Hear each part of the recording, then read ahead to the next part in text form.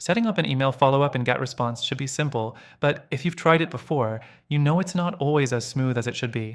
Whether you're using GetResponse for email marketing, automation, or customer engagement, this quick guide will walk you through the process step by step.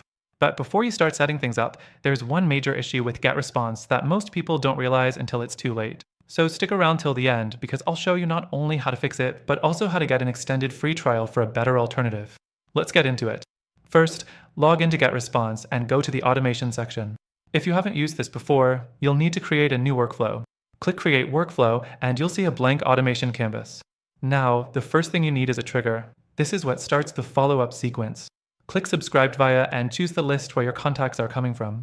You can also use Tag Added if you want to trigger emails based on specific actions.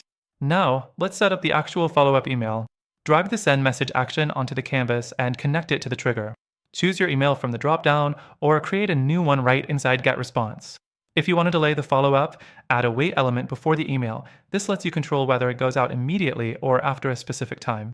Next, if you want to add more emails, just repeat this process. Wait, send message, repeat.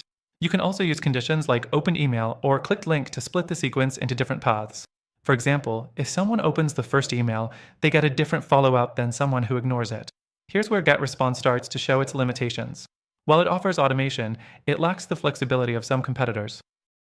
For example, its automation editor can feel clunky, and if you need advanced conditional logic, you might find it frustrating compared to tools like ActiveCampaign or ConvertKit, which have way more intuitive workflows. Now, before you hit publish, test everything. Use the test workflow button to make sure emails are going out as expected. Once you're happy, click Save and AMP, publish, and your follow-up sequence will be live.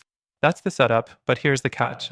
While GetResponse works, it's not the most efficient option if your goal is scaling email marketing without limits. If you want something more powerful, more intuitive, and with better automation at a lower cost, I've linked an exclusive extended free trial to a better alternative in the description.